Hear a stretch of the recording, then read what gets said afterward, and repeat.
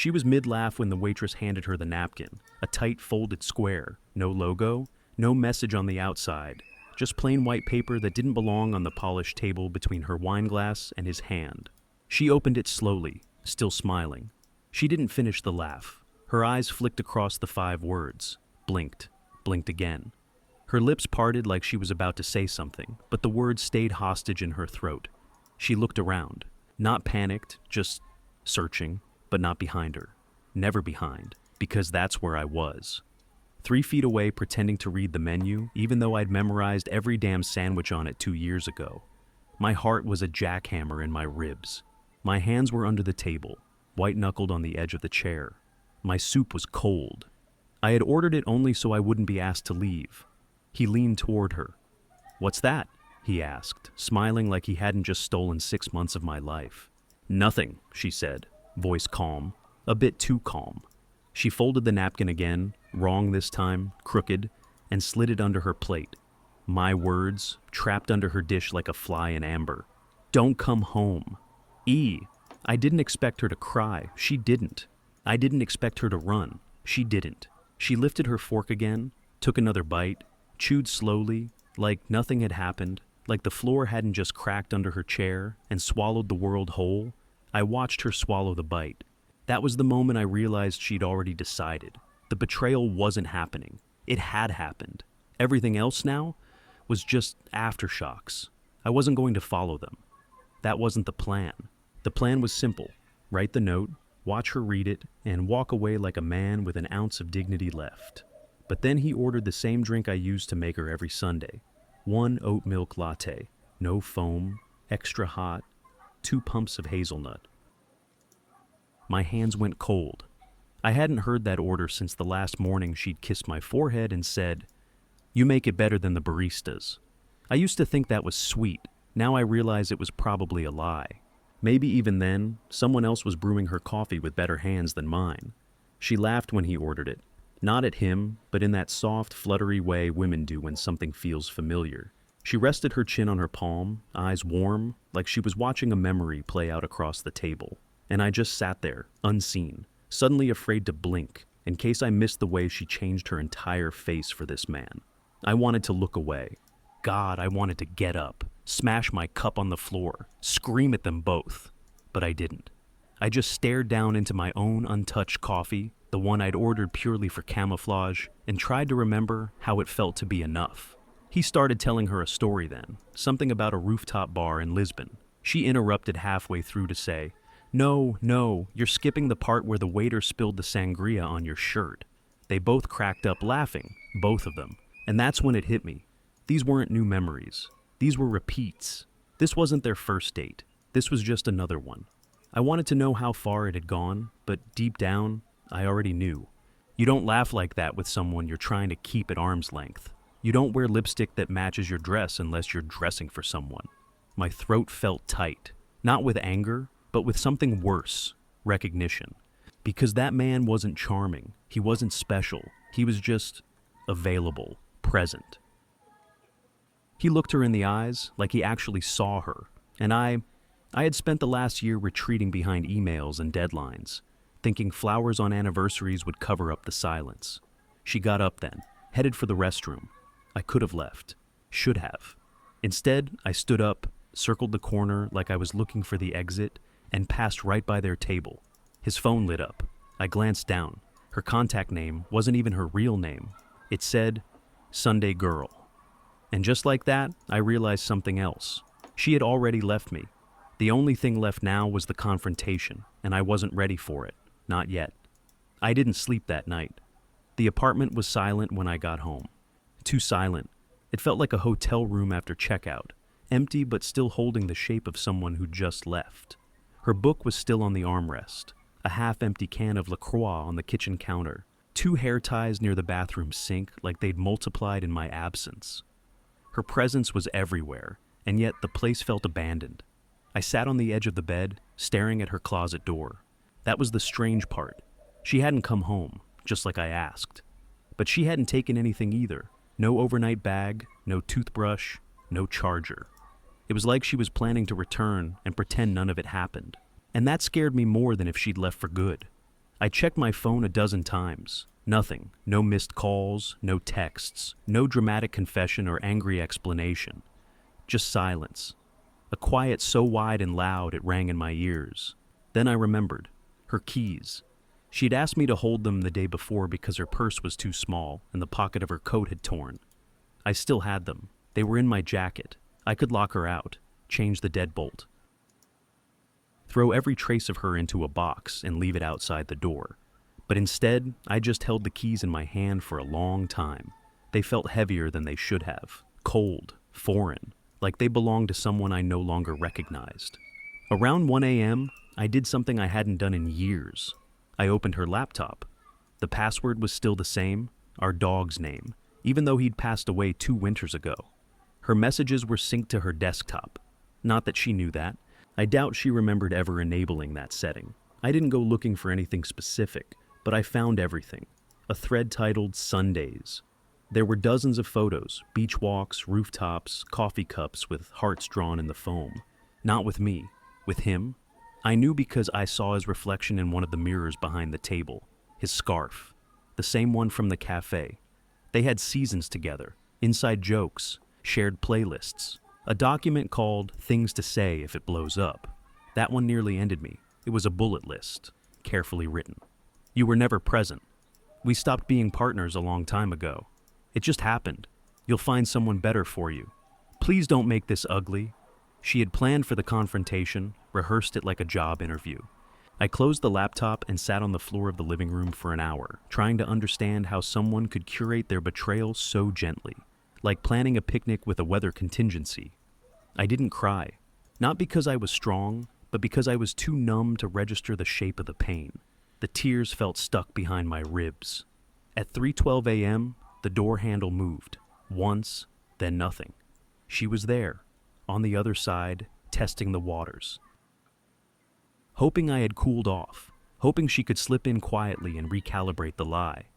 I stood up, walked to the door, and placed the keys gently on the floor. Not outside, just inside, where she could see them through the gap.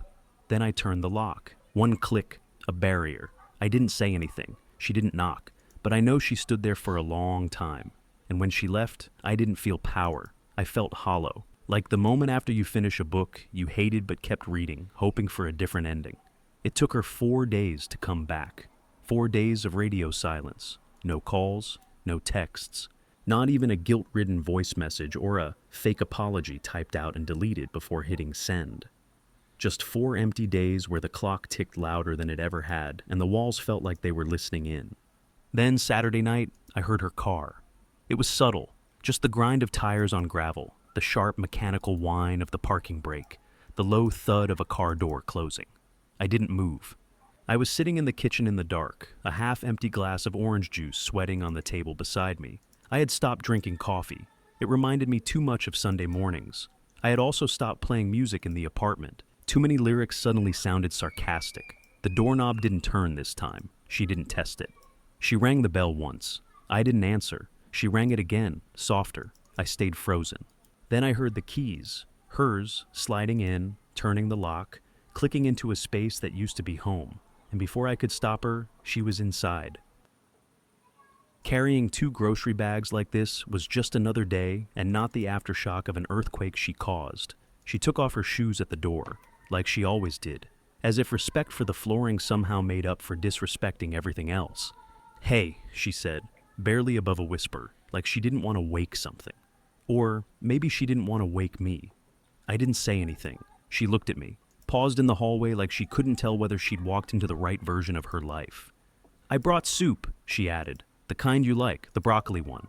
I almost laughed, not because it was funny, but because this moment had shattered all my predictions. I had imagined begging. I had imagined rage. But instead, she brought broccoli soup. That's when it became clear. She hadn't come to confess. She had come to normalize.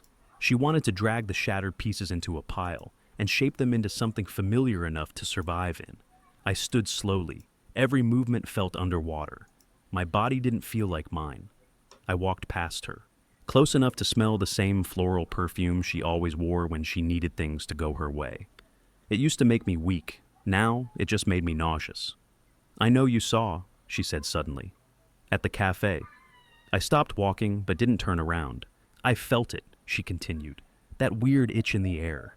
The kind that tells you someone's watching. Still, I said nothing. She kept talking. I didn't plan any of this, Jude. I swear to God.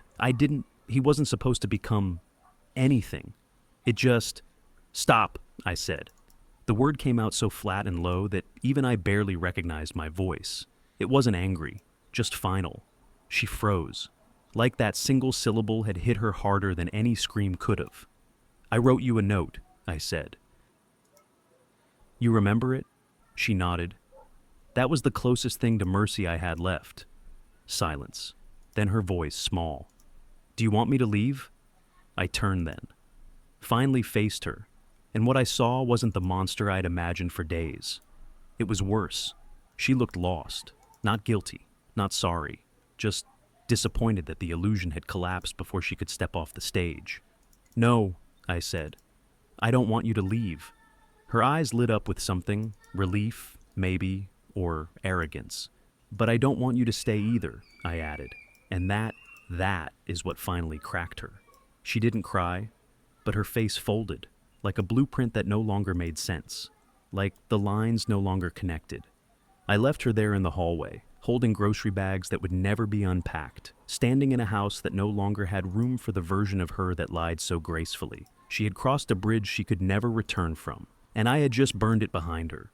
It was 2:46 in the morning when I woke to the sound of the dishwasher humming. That low, metallic drone, the kind you can feel more than hear, vibrated through the floorboards and into my chest. At first, I thought I'd imagined it, but then I stepped into the hallway and felt the warmth of steam curling out from the kitchen. Leanna was standing there barefoot, arms crossed, staring at the clothes machine like it might give her an answer. She didn't look startled when I walked in. She didn't even turn around, just kept staring at the stainless steel door like it was some portal to an easier version of her life. There's nothing in it, I said, finally breaking the silence. She nodded slowly. I know. I waited for her to explain. She didn't. Instead, she turned the machine off mid-cycle, and we stood there listening to the silence that followed. That silence was louder than any fight we'd ever had. It was the kind of silence that wraps around your spine and squeezes until your breathing changes. I thought noise might help me sleep, she said, but it just made everything feel worse. I didn't know you were staying, I replied. She shrugged, looking over at me. I didn't either. I almost told her to leave again, but I didn't. Not out of mercy, but because I was starting to see this wasn't over. Not yet. There was still something unspoken in the air between us, like a string pulled tight between two cliffs. She moved around me then, quietly, walking into the living room and curling up in her corner of the couch like she used to during winter storms. Except this time, there was no blanket, no tea, no flickering candle, just her, folded in on herself, as if smaller meant safer. That's when I noticed something odd. Her phone was still on the kitchen counter, unlocked. Open to her text thread with him? I knew it was him. The name wasn't there, just an initial. M. But the conversation was fresh. No scroll needed. The last message was sent 5 minutes ago. Him. So, what now? Her. I don't know. He's not reacting the way I thought he would. Him. Still think he doesn't know everything? Her. I think he knows more than he lets on. I stared at those words so long, my vision blurred. Then I did something I'm still not sure was rational. I typed a reply. Me. He's reading this, by the way. And I pressed send. I left it on the counter, face up, and walked back into the living room. She looked up at me, already pale. You texted him? She asked, voice low. I answered him, I said. Big difference. Her mouth moved like she wanted to say something, but the words didn't show up. I saw fear there for the first time, not of me. No, I've never scared her, but of exposure, of the mask slipping. You told him I didn't know everything, I said, settling into the chair across from her. That was smart, because I don't. Her hands clenched in her lap. But I'm starting to connect things now, I continued. Like how your work trips always fell on the same weekends my mother was in town. Or how your card got flagged for that hotel in Vermont, even though you said you were at a conference in D.C. She inhaled sharply like she'd forgotten how air worked for a second. Jude, You did, I cut her off. You did, Leanna. And I'm done asking questions. There was a long pause, and then, in a voice I didn't recognize, she said, I was going to leave him. That was the cruelest sentence of all. Not because it offered hope, but because it hinted at an alternate universe where she might have picked me, if only I'd cracked first. The dishwasher clicked, some delayed final mechanism ticking down. She looked at me like she was expecting something. Mercy, anger, tears, anything. But all I said was, you should get some sleep. Morning's going to be different. And she knew what I meant. Because once you send a message like that, someone always answers. It happened the next evening, a knock on the door. Not frantic, not polite. Just 3 solid raps that said, I don't think I need permission to be here. I knew who it was before I even looked. Leanna was in the bedroom. She hadn't said much all day. Just floated through the apartment like a shadow, pretending to have weight. She tried making small talk in the morning, asked if I wanted toast. I said nothing. She made it anyway and left it on the counter, untouched and cooling for hours. Eventually, she stopped trying. When the knock came, I didn't move at first. I wanted to see if she would. If she'd rush to the door, throw it open, explain everything in a panic, or maybe melt into the floor from guilt. She didn't. I watched her from the hallway, frozen halfway through folding a sweater, staring toward the sound like a deer on the edge of a road. I'll get it, I said, more to the silence than to her. And I did. I opened the door and found myself face to face with him. He looked exactly how I expected him to. Mid-40s, pressed shirt, smugness carved into his jawline like it had tenure. He held a phone in his hand like it was a shield, even though the message from me was long gone now. Jude? He asked, like he didn't already know. You're standing in front of my door, I replied. Figure it out. He glanced over my shoulder like he expected Leanna to appear. She didn't. I think we should talk, he said, shifting his weight like someone who wasn't used to being made to wait. I don't, I replied, and started to close the door. He stepped forward, foot between the frame. That was the first real mistake he made. I just want to make sure she's okay, he said. She hasn't answered my texts. You should take that up with your wife, I said. He flinched, just slightly, a tiny twitch near his eye, but I saw it. Yeah, I continued. I know about her. And your daughter, Clara, right? 3rd grade, soccer on Saturdays, braces appointment next month. His face drained like I'd pulled a plug. I didn't come here to fight, he said quickly. This was between me and Leanna. No, I said, voice sharper now. That's where you're wrong. It stopped being between the two of you the second she walked through our front door every night and lied to me with the same mouth she used to kiss you. He looked like he wanted to argue, but what could he say? I wasn't yelling. I wasn't shoving him. I was just staring, level and calm, and that made it worse. Leanna appeared behind me then, barefoot, no makeup, pale as moonlight. He looked at her like a man seeing a version of someone he never planned to meet, the unfiltered one, the morning after the lie version. Why aren't you answering me? He asked, and it wasn't anger in his voice anymore. It was desperation. Like, he needed her to say it hadn't all been for nothing.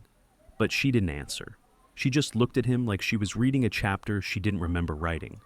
I told him, I said, without breaking eye contact, about everything, every text, every hotel, every exit strategy. Jesus, he muttered, backing up half a step like the wind had shifted. Then I handed him something, a plain white envelope. I printed out the chat logs, I said. Yours, hair and everything. You'll want to read it before you go home, before your daughter asks why your hands are shaking. He stared at the envelope like it was radioactive. I'm not trying to destroy your life, I added, but I'm sure as hell not going to help you live the one you stole. He looked at Leanna again, this time like a man realizing he just bet everything on the wrong horse. You could have told me, he said to her.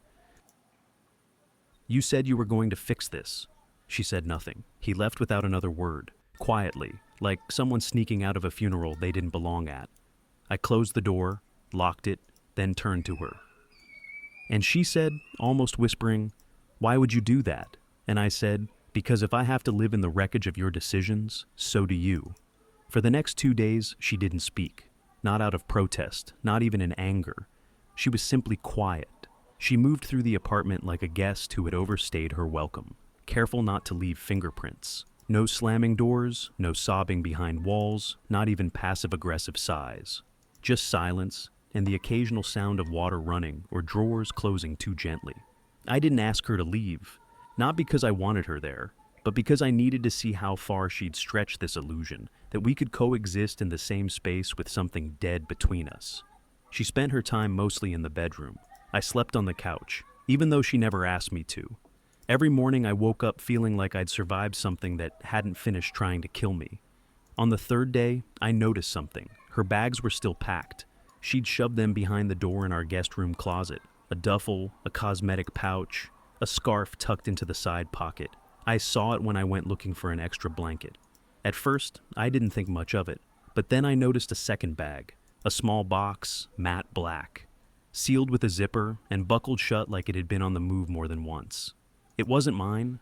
It wasn't hers either. Not any bag I'd seen before. It looked hidden, not forgotten, placed, intentionally. Like something someone kept close when they didn't trust the place they were in. I don't know what made me unzip it. Curiosity, number. By then I'd stopped being curious. I think it was instinct. Inside were documents, not just receipts or printouts, papers, scanned copies of IDs, multiple. One in her name, but under a different address I'd never heard her mention. Another under a completely different name, Leanna Colburn, and another, Lee Connor. Photos that looked like her, just different. Lighter hair, different makeup, a driver's license from Oregon, a utility bill from Seattle, and beneath it all, a folded sheet of paper, printed, one sentence highlighted in yellow. Once assets are moved, make no financial contact for 30 days. There was a bank logo in the corner, one I didn't recognize. I sat on the floor, legs numb, eyes fixed on the box like it might explode if I touched it wrong. I don't remember how long I was there before I heard her behind me. "You went through my things," she said. It wasn't a question. I turned slowly. She stood in the doorway, arms crossed, not angry, just watching me like a scientist observing a mouse finally reaching the electric wire. "What is this?" I asked, holding the open box toward her. She walked in calmly, took the lid from me, and closed it. "You weren't supposed to see that." "Who are you?" I asked, and it sounded stupid the moment I said it, but I meant it.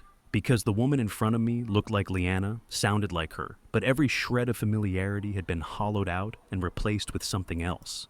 She knelt down, not to explain, to zip the bag back up. "I never meant for it to go this far," she said softly. "I was going to leave, clean, quiet, no mess." "No mess?" I said, my voice cracking. "You were living 2 lives, maybe more. You destroyed this. You lied. You cheated. And now you're telling me this was some kind of, what? Controlled exit?" She didn't respond. Instead, she stood up, bag in hand, and looked at me with something that wasn't remorse. It was colder than that. Regret, maybe. But not the kind you feel for others, the kind you feel when your plans fall apart. "You sent the message to him," she said, as if that were the thing that unraveled her perfect escape. "Yes. And now his wife knows. His job's at risk. You exposed everything." "Because you left me nothing else to protect," I snapped. She sighed, not in frustration, but disappointment, like I'd broken a rule she hadn't written down but still expected me to follow. "I could have walked away from all of this," she said, eyes scanning the room like it was a crime scene. "You still can," I said. "No," she replied. "Not anymore. Now I have to clean it up." I didn't understand what that meant until later.